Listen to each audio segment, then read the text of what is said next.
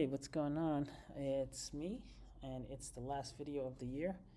Um, so, I'm gonna be talking about the innate immune system.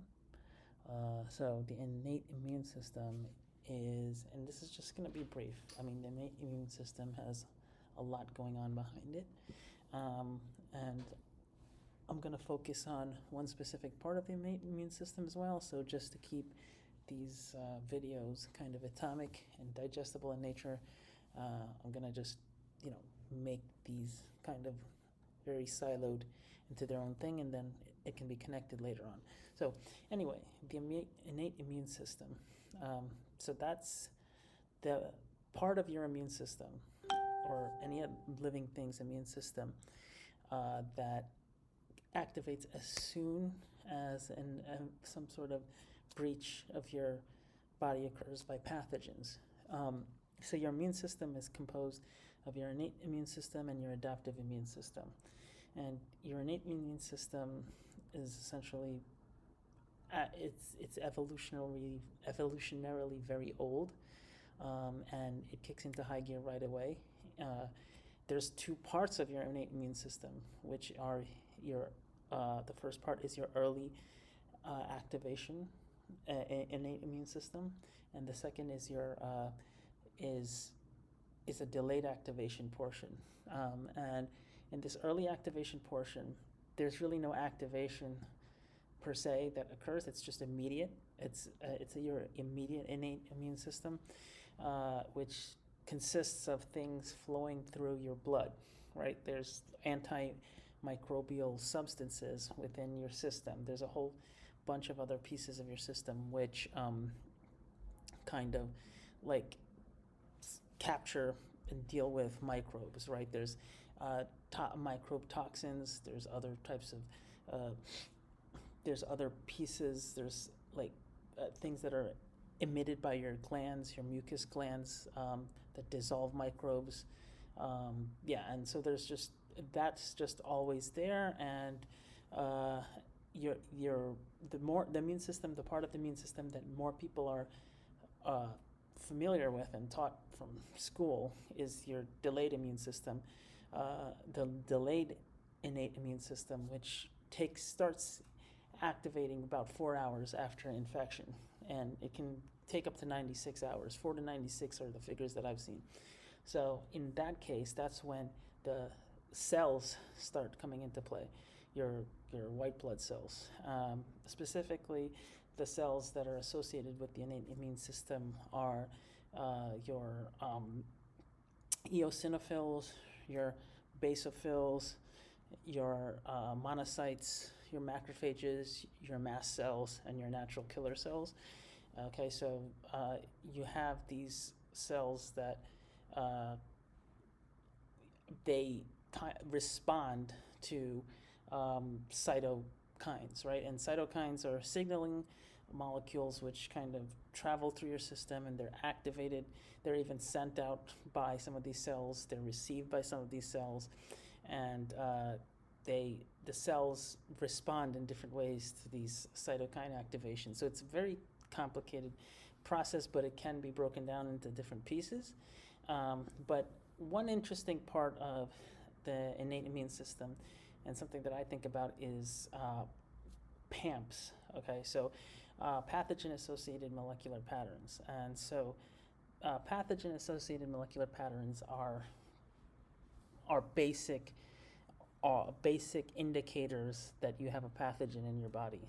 So what that means is, like, for instance, bacteria have flagella, right? Somehow your immune system is aware that flagella are present, and therefore it and again, so there's something I'll get to regarding that, but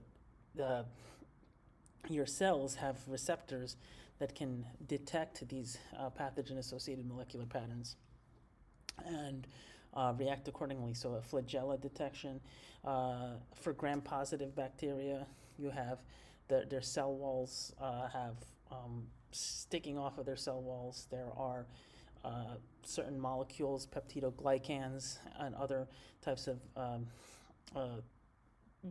indicator molecules, sometimes having sugar terminal sugar attached to them called mannose, right?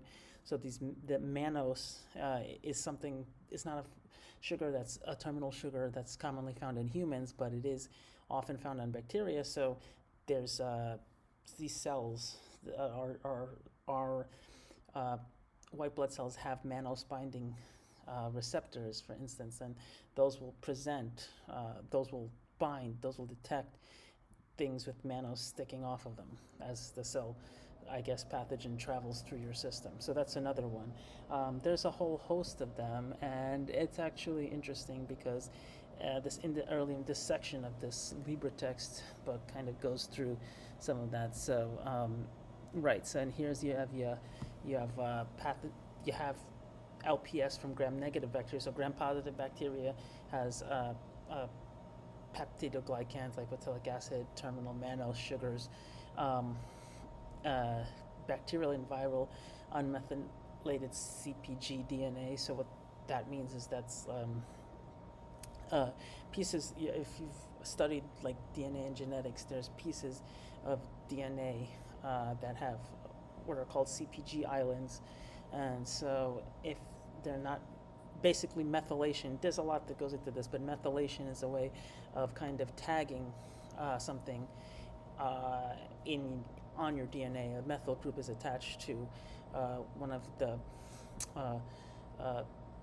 amino acids or one of the bases, on your DNA, and then if the unmethylated CpG island is detected, then that's one way to know that your immune system can tell that there's a bacteria or virus present. So that's interesting, right?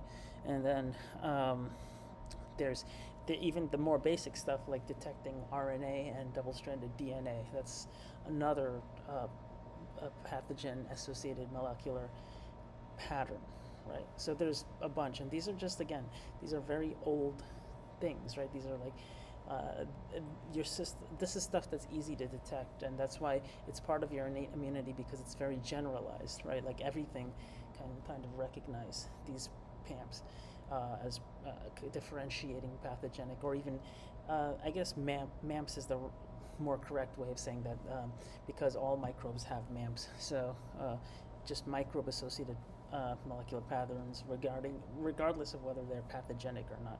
So yeah, that's basically just a quick talk about how the early induced innate immunity works versus the immediate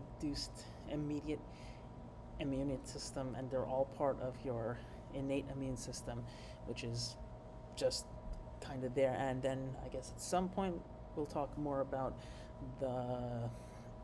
not the innate immune system, but the